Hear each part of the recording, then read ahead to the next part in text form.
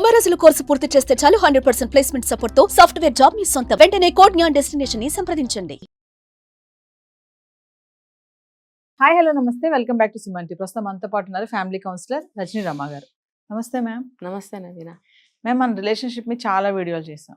ఈరోజు నాకు ప్రశ్న ఏంటంటే, భార్య కానీ భర్త కానీ రిలేషన్షిప్ అనేది లాంగ్ లాస్టింగ్లో ఉండాలి అంటే ఆపోజిట్ వ్యక్తి నుంచి కాంట్రిబ్యూషన్ అనేది ఎలా ఉండాలి?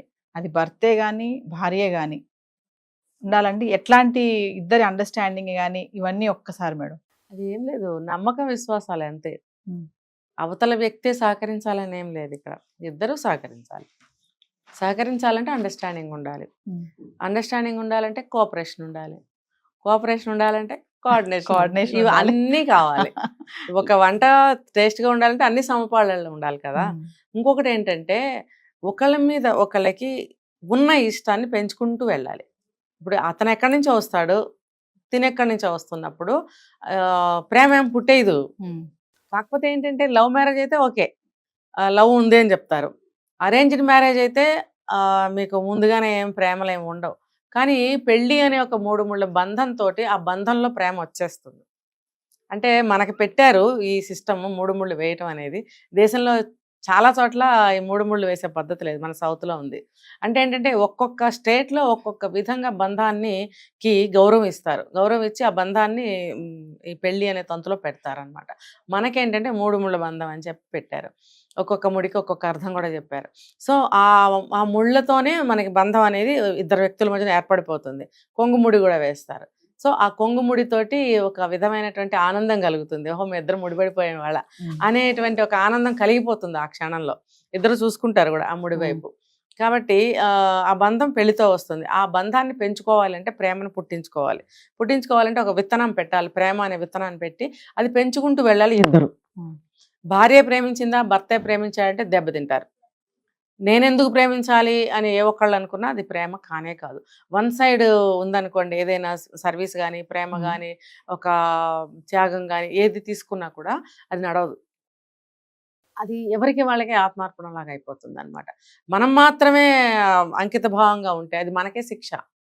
మనం మాత్రమే ప్రేమించామంటే అది మనకే శిక్ష. ఏదైనా సరే చూడండి. కాబట్టి ఇద్దరిలోనూ ఉండాలి. ఒకళ్ళలో ఉంది, ఒకళ్ళలో లేదు. లేకపోతే ఒకళ్ళలో కొంచెం ఉంది, ఇంకొకళ్ళ ఎక్కువ ఉంది అనుకోండి. ఆ కొంచెం ఉన్న వాళ్ళల్లో ఎక్కువ ఉన్న వాళ్ళు ఆ పెంచే ప్రయత్నం చేయాలి. అంటే తెలియని వాళ్ళకి నేర్పాలి అంటారు చూసారా, ఆ నేర్పే ప్రయత్నం చేయాలి. అంటే మన నోటితో చెప్తే జరగదండి. ఎందుకంటే ఇది చాలా మందికి అనుభవాలు ఉండే ఉంటాయి. నోటితో చెప్తే ఎవరు వినరు, ఎక్కదు. చేతల ద్వారానే చేయాలి. చేతలు అంటే ఏంటి? వాళ్ళకి ఇష్టం ఉన్న పనిని మనం చేయటము, వాళ్ళ ఇష్టాన్ని మనం గౌరవించటము, వాళ్ళు ఏదన్నా మైనస్లు ఉంటాయి వాళ్ళలో, వాటిని కూడా యాక్సెప్ట్ చేయగలగటం.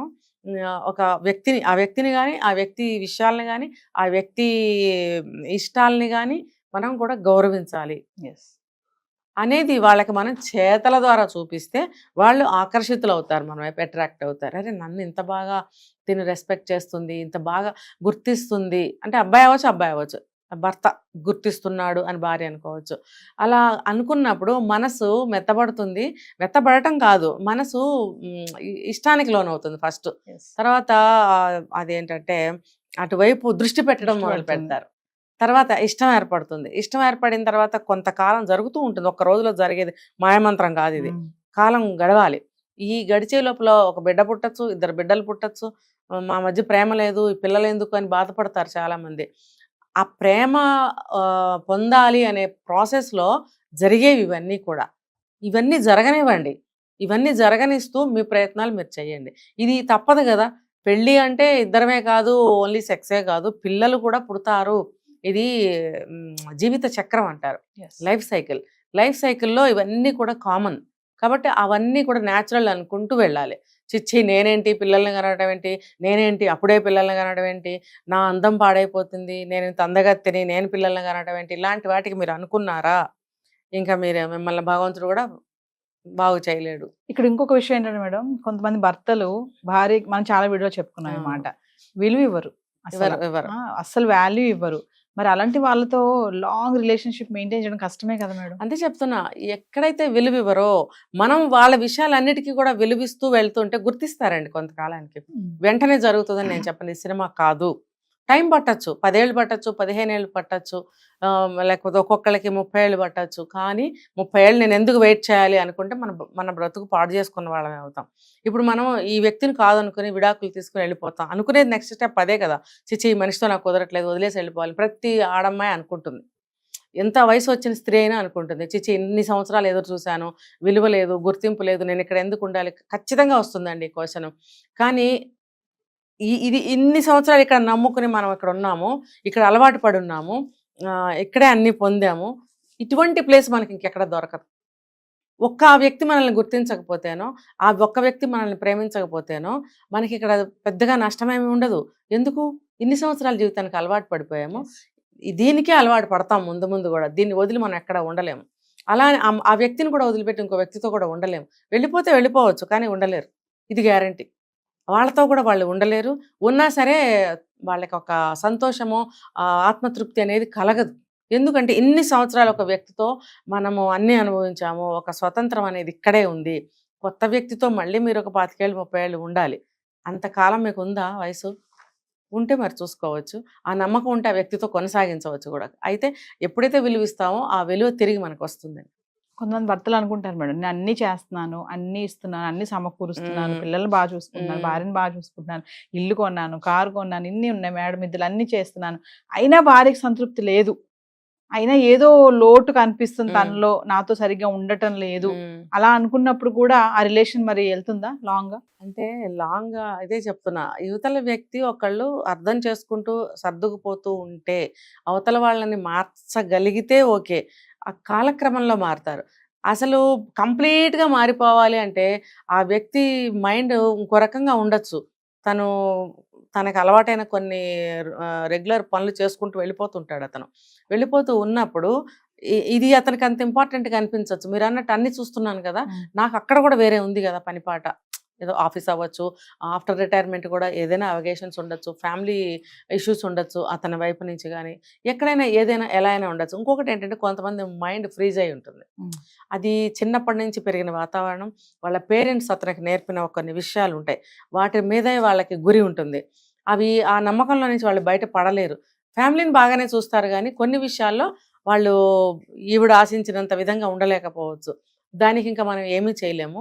ఇంత లాంగ్ రన్ అని మీరు అన్నారు, లాంగ్ రన్ అంటే 25 ఏళ్ళు అవ్వచ్చు, 30 ఏళ్ళు అవ్వచ్చు.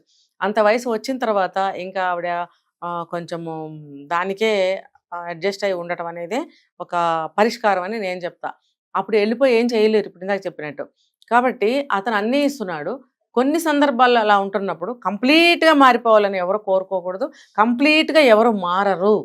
కంప్లీట్గా మారిపోతే మీరు భరించలేరు కూడా. అవును, అది చాలా కష్టం. అమ్మో, మీ చుట్టూ నేను ఒక కేసు చెప్తా చూడండి, మీరు గుర్తుగా, ఎవరైనా సరే, భార్య అయినా ఎవరైనా సరే చచ్చిపోతాం, ఊపిరాడదు.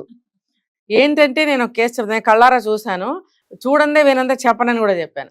ఒక చోటకి వెళ్ళాం, ఏదో ఒక పూజలో పాల్గొన్నప్పుడు ఒక 1 అవర్ పైనే అప్పుడు మగాయనే కూర్చున్నాడు అక్కడ, లేడీస్ని అందరినీ వేరే పక్కన కూర్చోబెట్టారు. ఆయన పూజ చేస్తున్నాడు, 1/2 నిమిషానికి 2 సార్లు చెప్పని చూస్తూనే ఉన్నాడు. అందరం చూస్తున్నాము, ఆ పూజ మీద అసలు తనకేమి ధ్యాస లేదు. ఇంకా నేను కూడా అటువైపు ఫేస్ చేస్తున్నాను కాబట్టి నేను గమనిస్తున్నాను, ఆయన నా వైపు కూడా చూస్తున్నాను, నేను గమనిస్తున్నాను అని చెప్పి. అయినా కూడా ఆవిడ వెనక చూసి ఒక వెర్రనెవరు అవుతున్నాడు, ఆవిడని చూసి మళ్ళీ ఏదో చేస్తున్నాడు. నాకు అనిపించింది, ఓకే ఆవిడ ఆయన పక్కన కూర్చోలేకపోయినందుకు ఆయన ఫీల్ అవుతున్నాడని భార్యని ఏదో కొంచెం ప్లీజ్ చేస్తున్నట్టు, లేకపోతే బాధపడకు నేనున్నాను కదా, చేస్తున్నాను కదా, లేకపోతే నువ్వు ఒక్కడవే కూర్చున్నావు అని ఆవిడ ఏమైనా అంటుందో అని ఏదో విధంగా ఒక నవ్వు విసిరేస్తున్నాడు అటువైపు. ఓకే, అంతా అయిపోయింది. పూజ అయిపోయిన తర్వాత ఆవిడ దగ్గరకు వచ్చినప్పుడు ఆవిడ అడిగింది ఒక క్వశ్చన్, ఎందుకు మీరు పూజ మీద కాన్సన్ట్రేట్ చేయలేదు, ఇటువైపే ఉంది చూపంతా అంది. అన్నప్పుడు ఆయన ఏమన్నాడు తెలుసా, నువ్వు పక్కన లేవు కదా, మరి అందుకని చూస్తున్నాను, నువ్వు ఇక్కడ లేవని బాధపడుతున్నావేమోనని చూస్తున్నాను. అంటే నువ్వు ఇంటి దగ్గర కూడా ఆయన మేబీ అలాగే ఉండొచ్చు, ఆవిడ చుట్టూ తిరుగుతూ ఉండొచ్చు. అంటే ఇక్కడ ఆవిడ భరించలేకపోయిందా లేదా కదా, ఆవిడ ఫీల్ అయింది. నలుగురిలో అస్తమానం ఆయన ఆవిడనే చూడటం వల్ల ఆవిడ ఫీల్ అయిందా లేదా, పక్కన నేను అలాంటి వాళ్ళు ఇంకా ఉన్నారు. ఉన్నప్పుడు ఆవిడ తట్టుకోలేకపోయింది కదా ఆ చూపులు. మేము చూస్తున్నాం ఆవిడతో సమానంగా, ఆయన ఇటు చూస్తున్నప్పుడు మేమందరం అటు ఫేస్ చేసినప్పుడు, మేమందరం ఆయన్ని చూస్తున్నప్పుడు ఆవిడ ఎంత ఇబ్బంది ఫీల్ అయి ఉంటుంది. అతి ఎప్పుడైనా సరే నచ్చదు, రిసీవ్ చేసుకోలేం, మనం డైజెస్ట్ చేసుకోలేం దాన్ని. కాబట్టి కంప్లీట్గా మారాలని ఎవరు అనుకోకండి. కొంత మారితే చాలు, కొన్ని విషయాలు వదిలేయాలి, ఆయన ఇష్టానికి వదిలేయండి. తనకిష్టమైన చేసుకోనివ్వండి, కొంచెంసేపు ప్రశాంతంగా ఒక గంట కూర్చోవాలనిపిస్తుంది, మనం వెళ్ళి డిస్టర్బ్ చేయకూడదు. లేదు కాసేపు మొబైల్లో అన్న చూసుకోవాలనిపిస్తుంది, కొంచెం సేపు అన్నా నేను ఒక గంట 2 గంటలు చూసుకున్నారనుకోండి, పోనీ వదిలేయండి. ఇప్పుడు బాగా పెద్ద వయసు వచ్చిన తర్వాత చాలా మందికి అతిగా మాట్లాడటం అనేది చెయ్యలేరు, ఇష్టం ఉండదు, నచ్చదు. అంతసేపు మాట్లాడలేరు కొంతమంది, ఇష్టం ఉండదు, ఉంటాయి కారణాలు ఉంటాయి. ఇప్పుడు అట్ ద సేమ్ టైం లేడీస్కి కూడా ఉంటుంది, ఎక్కువగా ఎందుకు మాట్లాడాలి, కొంచెం రెస్ట్లెస్ అనిపిస్తుంది, తర్వాత కొంచెం తగ్గుతుంది ఎలా అయినా ఇంట్రెస్ట్ అనేది. అలాంటి పరిస్థితుల్లో వాళ్ళు అలా చూసుకుంటున్నప్పుడు కొంచెంసేపు వదిలేయాలి. లాంగ్ రన్ అని మీరు అడిగారు కాబట్టి చెప్తున్నాను నేను. అదే ముందు స్టేజ్ తీసుకుంటే కూడా కొన్ని ఇష్టాలు ఉంటాయి, దాన్ని మనం వదిలేయాలి. ప్రతిదీ పట్టి లాగి పీకద్దు. మీకు కొన్ని ఇష్టాలు ఉండవా? మిమ్మల్ని ఆయన అలా పీకితే మీకు ఎలా ఉంటుంది? ఒకళ్ళ ఇష్టాలు ఒకళ్ళు గౌరవించుకోవాలి, ఆ ఇష్టానికి ఒక విలువ ఇవ్వాలి. అంటే అది మరీ దరిద్రమైన ఇష్టం అనుకోండి, మీరు ఫైట్ చేయొచ్చు. తాగటమో, డ్రగ్స్, అమ్మాయిల వెనకాల తిరగటం అంటే అది మీరు మీ భార్యగా మీకు ఎంతవరకు హక్కు ఉందో మీరు ఫైట్ చేయొచ్చు. అది కూడా ఎక్స్ట్రీమ్కి వెళ్తే అది మనం ఏం చేయలేము, నవేడేస్ చాలా జరుగుతున్నాయి కాబట్టి అతిగా ఏది వెళ్ళకండి. సో ఏదైనా బ్యాలెన్సింగ్ ఉండాలి. వాళ్ళల్లో ఉన్న మైనస్లను కూడా మనం యాక్సెప్ట్ చేయగలగాలి, వాళ్ళ ఇష్టాలకి కొంచెం గౌరవించాలి, విలువ ఇవ్వాలి. ప్లస్లు మైనస్లు కూడా చూసుకుంటూ వెళ్ళాలి, లాంగ్ రిలేషన్షిప్ అనేది మెయింటైన్ చేయొచ్చు. ఇంకొకటి ఏంటంటే నేను మెయిన్ చెప్పదలుచుకున్నది, అతను అలా ఉన్నా కూడా మనకి ఏ లోటు చేయట్లేదు, మనకి ఏదన్నా కావాలన్నప్పుడు మనకి టైం ఇస్తున్నాడా లేదా అని చూసుకోవాలి. అస్సలు 24 అవర్స్ తన వ్యాపకంలో, తన లైఫ్లో, తన ప్రపంచంలో ఉంటున్నప్పుడు మనకి బాధ అనేది మిగులుతుంది. ఫస్ట్ డే అవనివ్వండి, 30 ఏళ్ళ తర్వాత అవనివ్వండి, అదే కంటిన్యూ అయితే కూడా బాధ మిగులుతూనే ఉంటుంది. అయినా కూడా మనం 30 ఏళ్ళు నడిచి ఇక్కడ వరకు వచ్చాం కాబట్టి ఆ మనిషిని పట్టించుకోవాల్సిన అవసరం లేదు. ఇంకా నీకు అలవాటైపోయింది, ఇది నీకు అలవాటైంది, అది అతనికి అలవాటైంది. ఇంకా మీరు గట్టిగా ఏమీ సాధించగలిగింది ఏమి ఉండదు, అక్కడ కాంప్రమైజ్ అయిపోతారు, ఇంకా అప్పటికి అయిపోతారు. సో కొంతవరకు అది కూడా బెటరే కదా. ఇంకా అన్ని సంవత్సరాలు అయిన తర్వాత గొడవలు పడి బయటకు వెళ్ళిపోయి ఆయన ఏం చేయలేడు, నువ్వు ఏం చేయలేవు. ఆ వెళ్ళిపోయినందువల్ల సమాజంలో మనకి ఈ వయసులో ఇదేంటి అనే క్వశ్చన్ మార్క్ కూడా వస్తుంది. అది మనకే వస్తుంది, సమాజం నుంచి కూడా రావచ్చు. సమాజం లెక్క చేయాలా అంటే అది మీ ఇష్టం. Thank you.